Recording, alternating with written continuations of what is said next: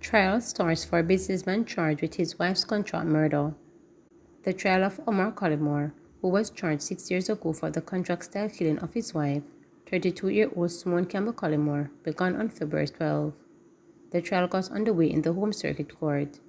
The businessman is being tried along with his co-accused Michael Adams, Dwayne Pink, and Shaquille Edwards. They are also facing trial for the murder of 36-year-old taxi driver Winston Watson. The taxi driver was transporting Campbell Collymore home on January 2, 2018, when they were both shot and killed at the gate of Campbell Collymore's St. Andrew apartment. Another accused, Kerry Jonas, is to be tried separately for conspiracy to murder. The Crown is laid in evidence that two motorcycles approached and the pillion passenger fired shots into the taxi. One of the shooters, Wayne Blackwood, pleaded guilty and was sentenced in March 2021 to 2 life sentences and ordered to serve 35 years in prison before he is eligible for parole. Ammo found in abandoned building in Portland. A quantity of ammunition was yesterday found in an abandoned building by the police in Royal Hill District, Portland. No one was arrested in connection to the seizure. The police report that about 11:40 a.m., lawmen acting on information carried out a search at the premises, during which a black plastic bag containing 12 cartridges were found. Investigations continue. Wholeness urges Jamaicans to pray for the country. With Ash Wednesday just days away, Prime Minister Andrew Holness is encouraging Jamaicans to pray for the country. Ash Wednesday will be observed this Wednesday, February 14. Mr. Holness made the call during a devotional exercise prior to the start of yesterday's cabinet meeting. Members of the Jamaica Umbrella Group of Churches were part of the devotion. The Prime Minister said prayer recognizes the limit of man.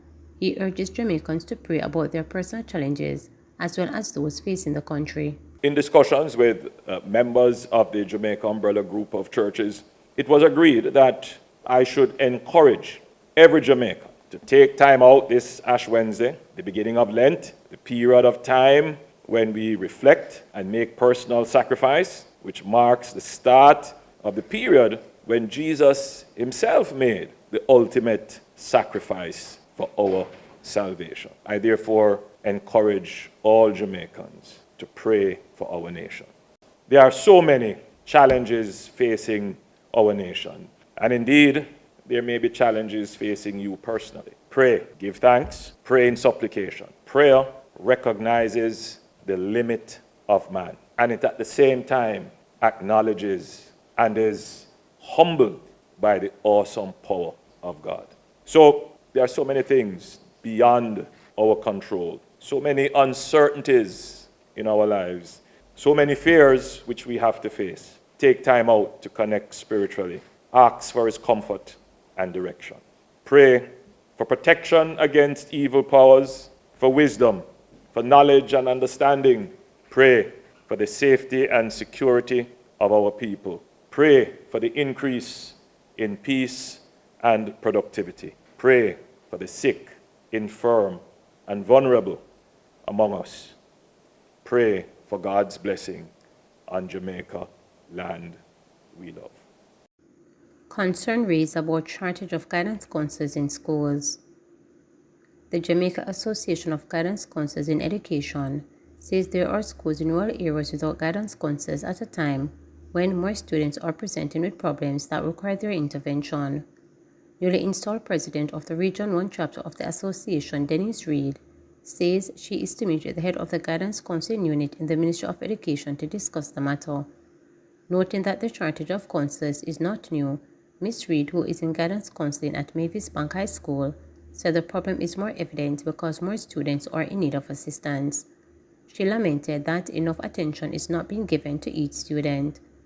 The things that we do as counselors, especially from my school, I have only myself as a counselor there. When it's time for me to do something else and there is a challenge with another student, I have to leave what I'm doing to attend to it. So I believe that all schools should have at least 2 guidance counselors, even if the school population is small, she proposed. While the situation is challenging for schools with just 1 guidance counselor, she said the greater concern is for schools that have none.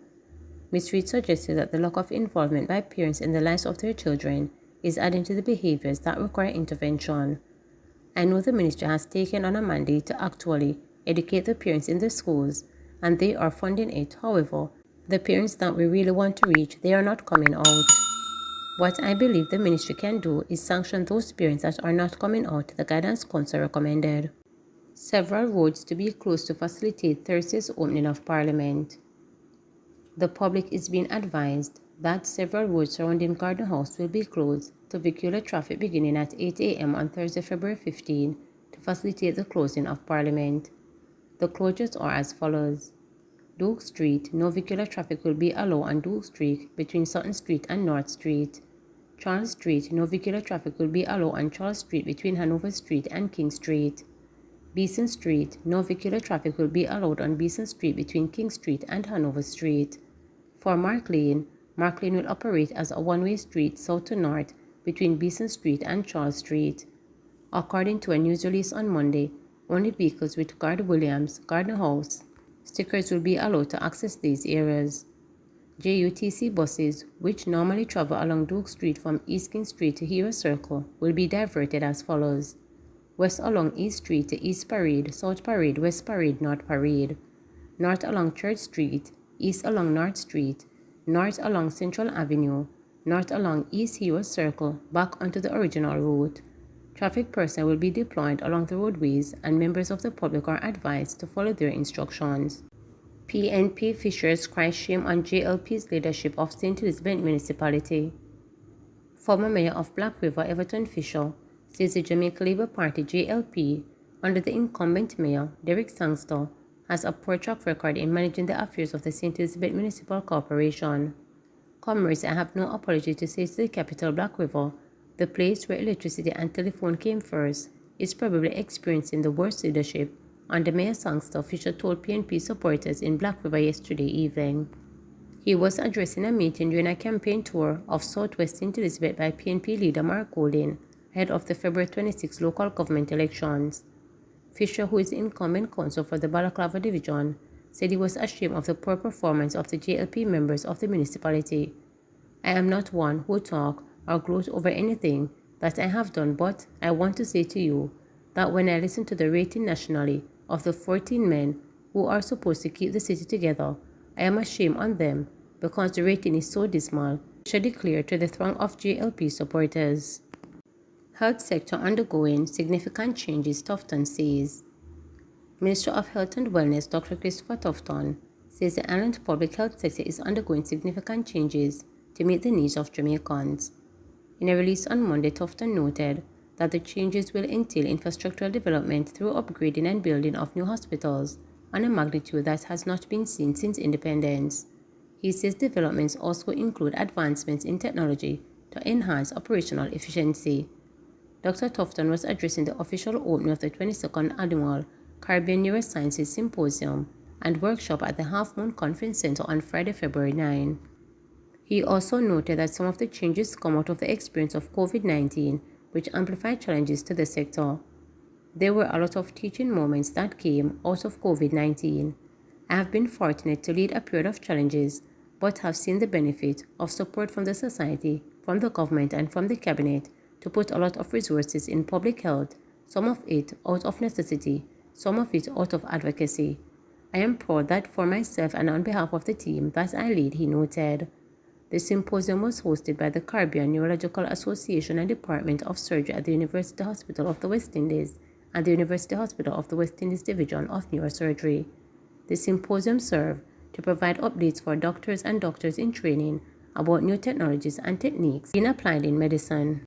Fewer babies being born in Jamaica, Reproductive Health Survey.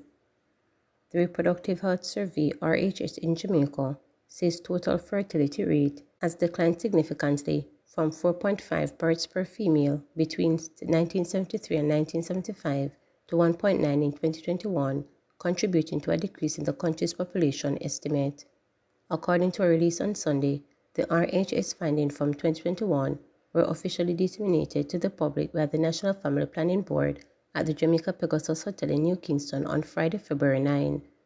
Age specification fertility rates fell in all age groups except 25 to 29 years, and probably reflects a delay start to childbearing into their late 20s, while women completing their education, said sexual and reproductive health and epidemiologist expert Professor McCrae Baines. The TFR is the average number of children that is expected to be born to a woman over her lifetime. Professor Baines explained that a fertility rate of 1.9 is below the replacement level of 2.1, which is the average number of children that a woman would need to produce to keep the population constant.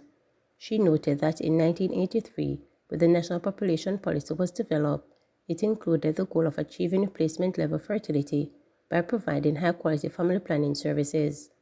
RHS 2021 was a household survey of 3,224 females and 1,784 males of reproductive age 15 to 49 years, with days of collection between August 2021 and April 2022.